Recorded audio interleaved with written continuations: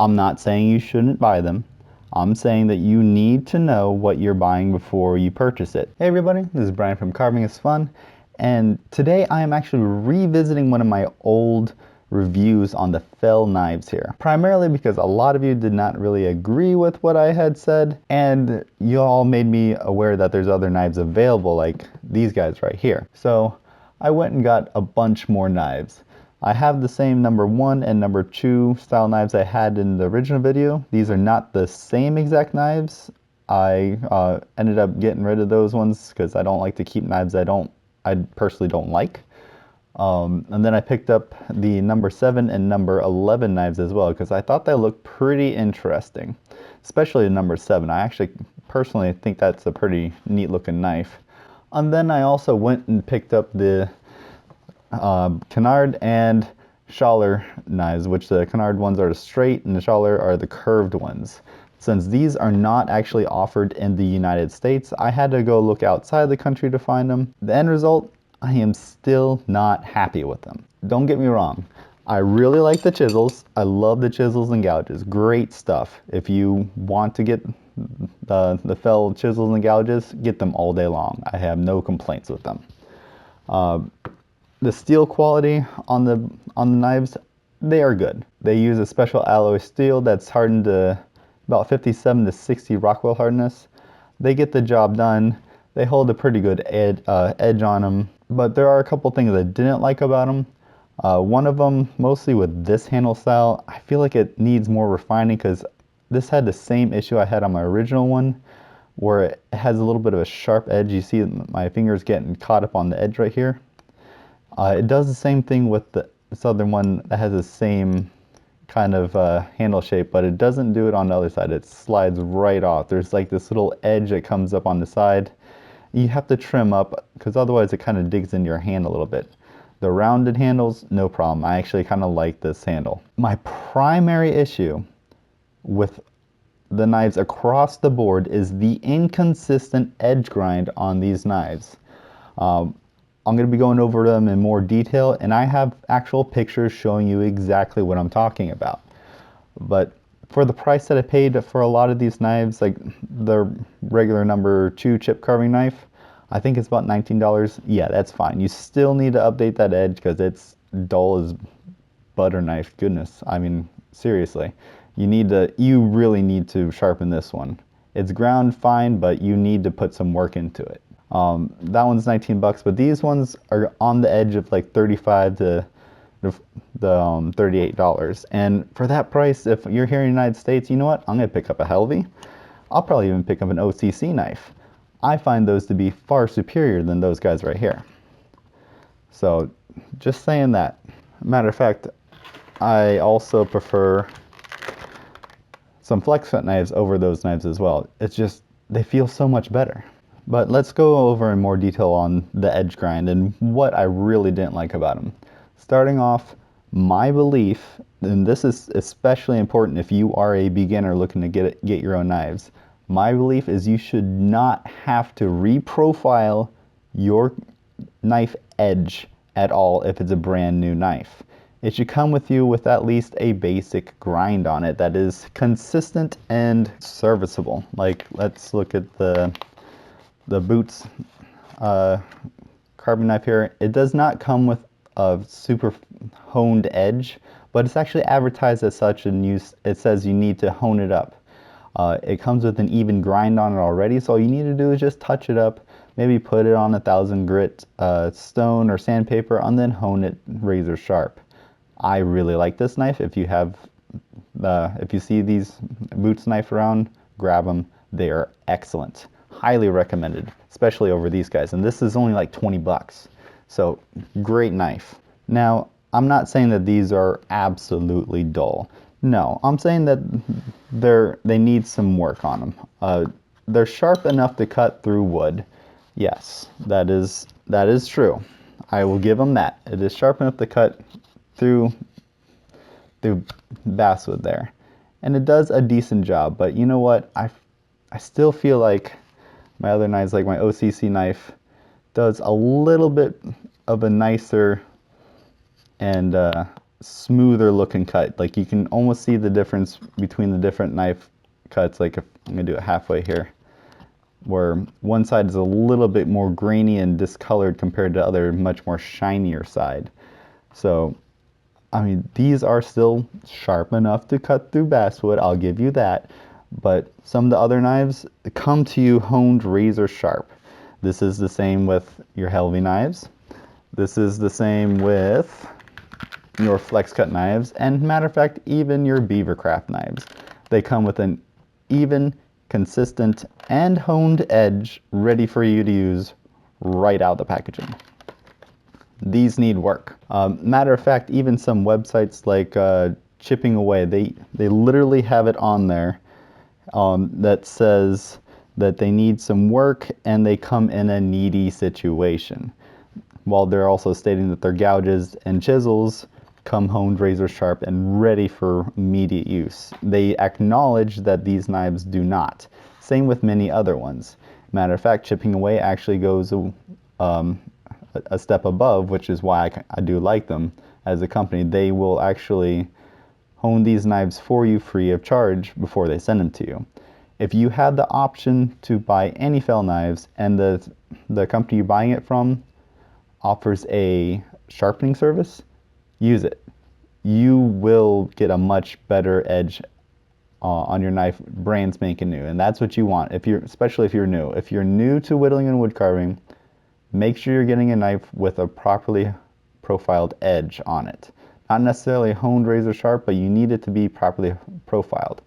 Now, like I was saying before, these knives do not come with a great edge ground on them. I'm going to show pictures on the screen here so you get a great idea. So the first one here is going to be the large, what's this? This one's the canard. I'm going to show you both sides of it. You can see that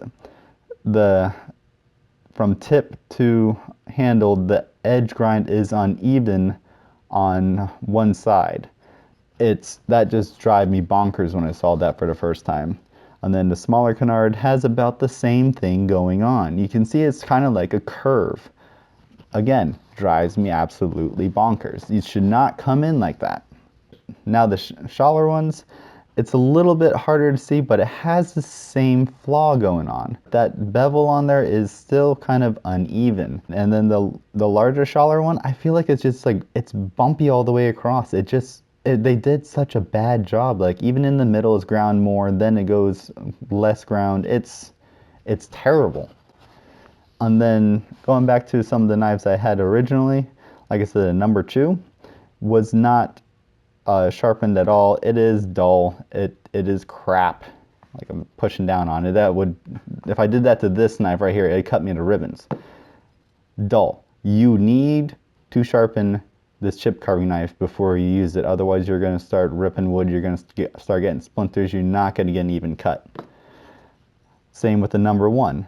Number 1 has the same exact issues that I had before, where I found that the knife edge on this side right here, not necessarily the bevel, but the actual edge right here was not a flat line all the way across, meaning that there were dips in the metal. So if you were actually to go strop and hone the knife, you're going to get uneven edges ground into it, and you're going to have to actually reprofile not just the edge, but the entire side of the knife to flatten it. I have a picture of my old one where I found it was higher in the middle and on the tips, and then low points like 2/3 of the way up and 1/3 of the way up from the tip. That was crap. I can't say anything else. That was just bull crap. I had to actually regrind the entire face of the knife to flatten it so I can get a nice even edge so I can maintain the cutting edge on it. Now, I'm not saying that all the knives are like that. I was reasonably impressed with the number 11 and number 7 knives because they were mostly ground flat. Like this one, it still has a little bit of a curve up towards the tip, but you know what? It's a flat grind all the way across. It'd be hard to mess that one up. I don't know how they messed that one up. But still, the number 11, interesting shape blade. I actually got it because I think it looked pretty cool, and I like that I can probably use it to get into small little corners and cut in there. So I'm probably going to keep this one and hone it up properly. Same with the number 7. Number 7 actually had a decently consistent edge grind from tip to back.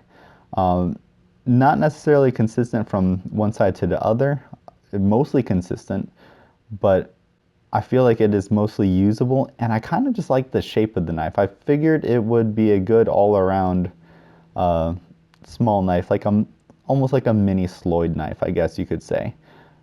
Great option. I'm gonna personally keep this one too because, like I said, I think it's a good shaped knife that would complement all my other knives I currently own. And one of the other things that kind of drove me nuts is pretty much like the price. Like this one is one of their cheapest knives. The number 2 chip carving knife, I believe it's like $19, $20. I can live with having to grind and sharpen the edge for that price. However, these ones right here were on the verge of $35 to $38 each. In order to ship this in, I had to pay a pretty good cost as well. But if you're just buying them individually, keep in mind you're probably going to have to reprofile the edges on them, which I think sucks. You shouldn't have to do that to a brand new knife. It should come to you, just all you need to do is maybe do a minor finishing on it and honing it. You should not have to regrind the entire edge to make it flat and consistent all the way across. So for 30 some odd dollars, you know what? My Helvy knife is far superior to that, and I paid about the same price for it. Drake knives, I paid about the same price for that. Great, and it comes razor sharp right from the guy. Heck, even my flex cut knives, I don't have all of them here, but this one's like new in package, comes to me razor sharp. I don't have to do anything. I just tested this one out a little bit earlier, but man, it cuts right through the bass with no problem whatsoever. It is a great knife. This is, by the way, this is the skew what is it, skew detail knife? Is that what they're calling this one? Yeah, the skew detail knife.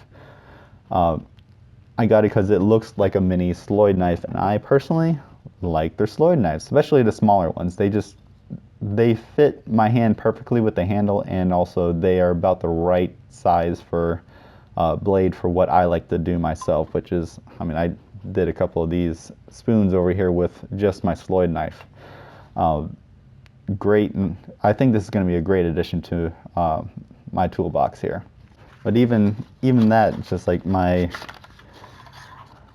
Beavercraft knife here, great little cheap knife. This one I think was, I don't know, $12 to $15, but it does have a little bit of a thicker blade than the Pfeil knives or the Pfeil knives, just a little bit thicker.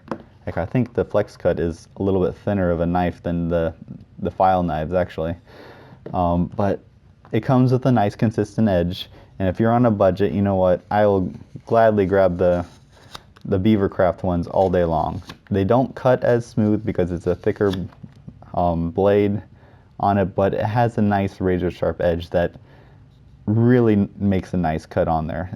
Easy to maintain, very affordable and beginner friendly knife. For me personally, if I had the option to grab a Pfeil knife or a Beavercraft knife, it's Beavercraft all day long. There's no doubt about it. Now, again, that doesn't account for their chisels and gouges. Gouges for Pfeil all day long.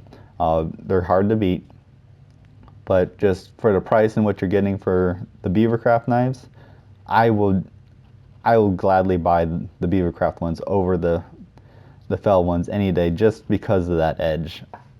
It just works so much better. Same with flex cut. Flex cut are going to be picked first long before I pick any Pfeil knives. Same with OCC, Helvy, Drake, Deepwood Ventures, any of those guys. Heck, even, oh, do I have it over here? Ooh, let me go grab it real quick. I guess I have another option for you as well, which is great. Give me 1 second. Get you out of the way, get out of the way. Now these ones are Two Cherries.